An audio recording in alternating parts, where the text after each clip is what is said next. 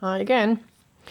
This is a video based on portraiture again, but as you can see, it looks a little bit skew-if. And the reason why is because I actually drew this drawing the person in front of me without actually looking at the paper and without taking the pencil off the page. So as you can see, some of the lines here, the nose has been connected to the side of the face.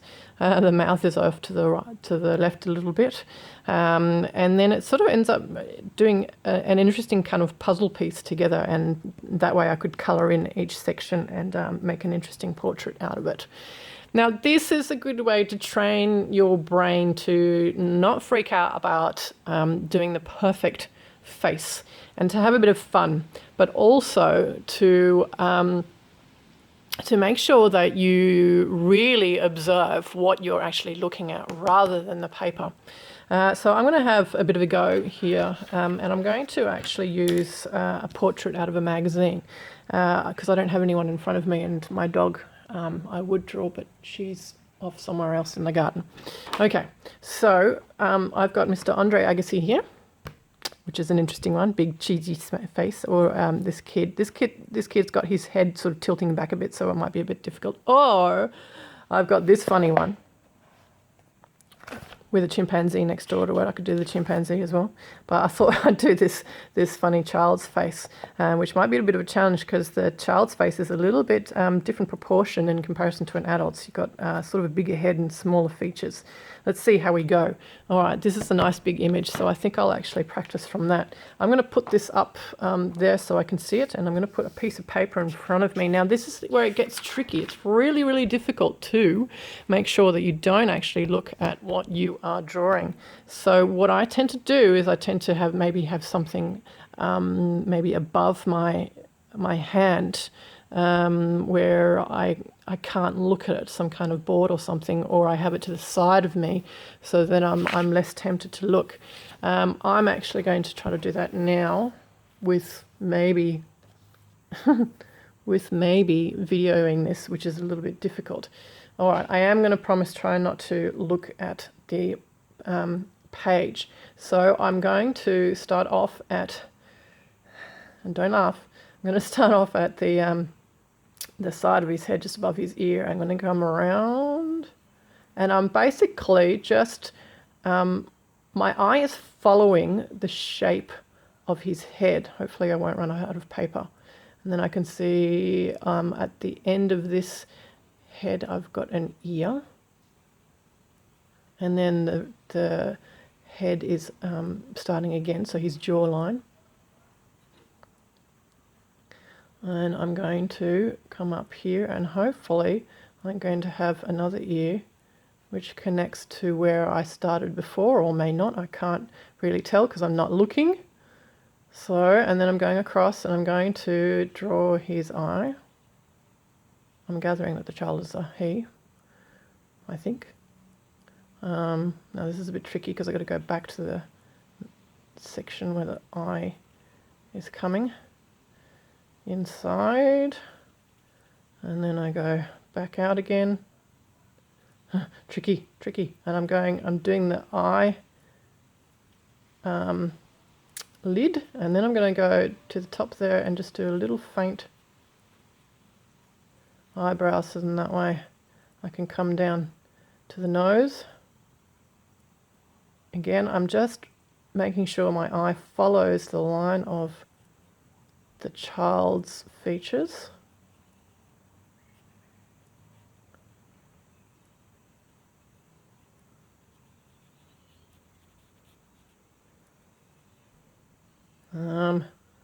Get lost sometimes.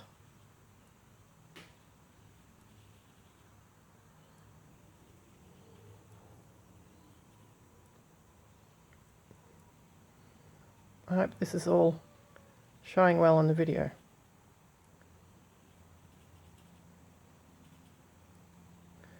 I can probably hear you giggling at what's actually happening on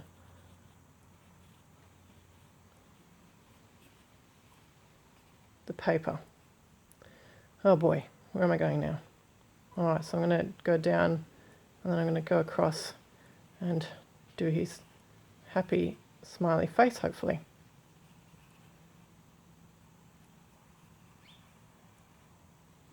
Oi. And then I'm going to go down, draw his chin. And then come back down and maybe draw his shoulders. He's got some funny lines down here where the skin's a little bit thicker. All right, now I'm going to have a look. Oh, wow. See, interesting. So obviously I couldn't connect here, but that doesn't matter.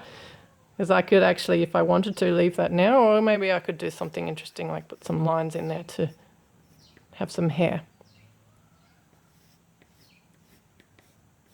I'm going to leave that as that. I think it's funny. This is where you can actually start having some fun and colouring in. Obviously, you don't have to do it to a realistic portrait. You can have it so it's a little bit abstract, because it is already that. All right, so I'm going to actually immediately draw the big section in here where he had his mouth wide open.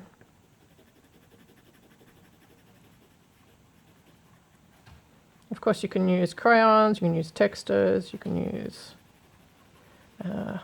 watercolor, depending on your paper. Maybe I might make the darker a little bit. See, I use a colder color to make it go back a little bit. What color eyes? I might do green. And I might do a nice dark blue or purpley color, depending on pencils, for the outer rim of the eye.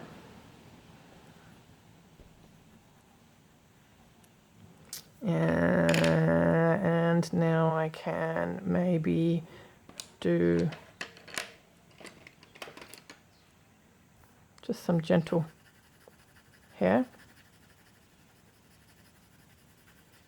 Might decide to do the shaving thing where you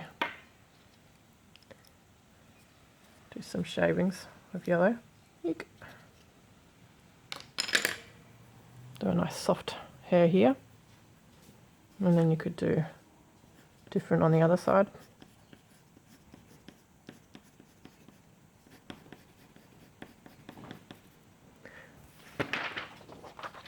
Looking interesting, and I might do a really bright background. Let's see. I'm going to, oh, I love this pink that I've got in watercolor. It's called Opera Pink. Very, very bright.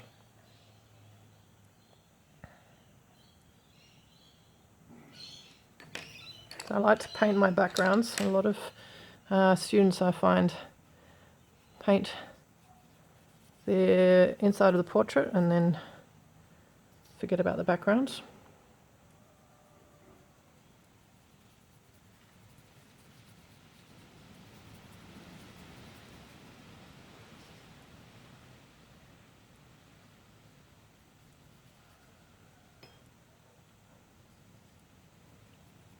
Now, if you actually do this over and over and over again, then you will actually train yourself to really focus in on looking at what you're actually drawing and not questioning too much and not worrying about making the most perfect nose or anything like that, but just really, really concentrating on what you are actually seeing.